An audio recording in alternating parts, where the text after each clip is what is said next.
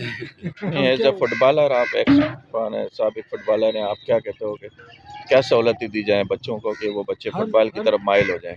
हर officer होए उनको खिदमत करे देना, हम्म, उनके साथ जाना मैच देखने, हम्म। सही खेल रहे हैं गलत खेल रहे हैं, और मैदान भी होने मैदान चाहिए में फुटबॉल हो, के, हर चीज़ होनी और चाहिए, सहूलतें दी जाएं खिलाड़ियों कमरे को। हो उसमें बैठे। तो आपको पाकिस्तान में क्या लगता है, टैलेंट है फुटबॉल का बहुत ज़्यादा?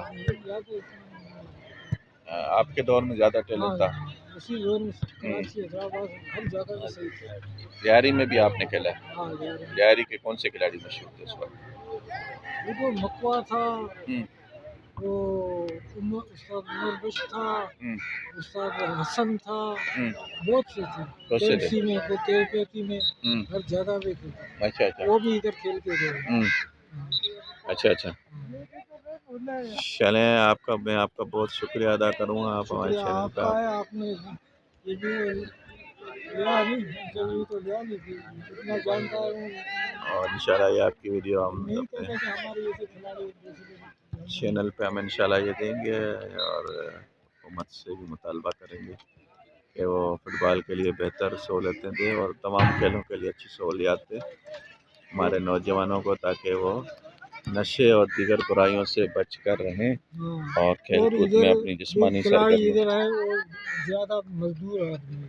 अच्छा अच्छा, गरीब मजदूर हैं, वो अपने पैसों से जेब खर्च से वो करते हैं मैच वगैरह, और कोई हुकूमत की तरफ से सरपरस्ती नहीं है, सपोर्ट हो गई तो सपोर्ट नहीं है हुकूमत की तरफ से।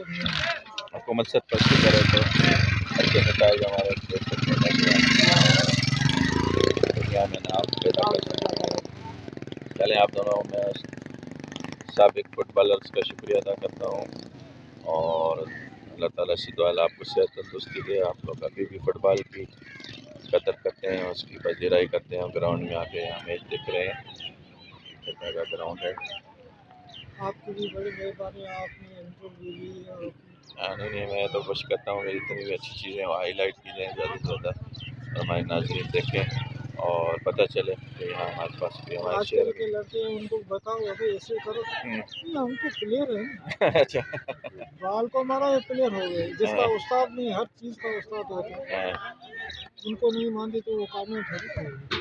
हमारे शहर में ये से है। हाँ, ये बात है, बुज़ुर्गों की बात सुननी चाहिए, माननी चाहिए। और नाज़रीन, अभी हम आपसे इस वक्त इजाज़त चाहेंगे, हम दोनों बैठो अपने शायकीन का, और ये दोनों हमारे फुटबॉलर हमें यहाँ पर इनका शुक्रिया अदा करते हैं, और ये अच्छी मुफीद सरगर्मी है फुटबॉल, बहुत इंटरनेशनल गेम है, हमारे यहाँ भी बहुत शौक़ पाया जाता है। क्रिकेट के बाद जो हमारे गेम मकबूल है उसमें एक फ़ुटबॉल भी है, तो यहाँ पर बहुत खूबसूरत तरीके से मैच चल रहा है, और इंशाल्लाह हम इस हवाले से मज़ीद भी आपका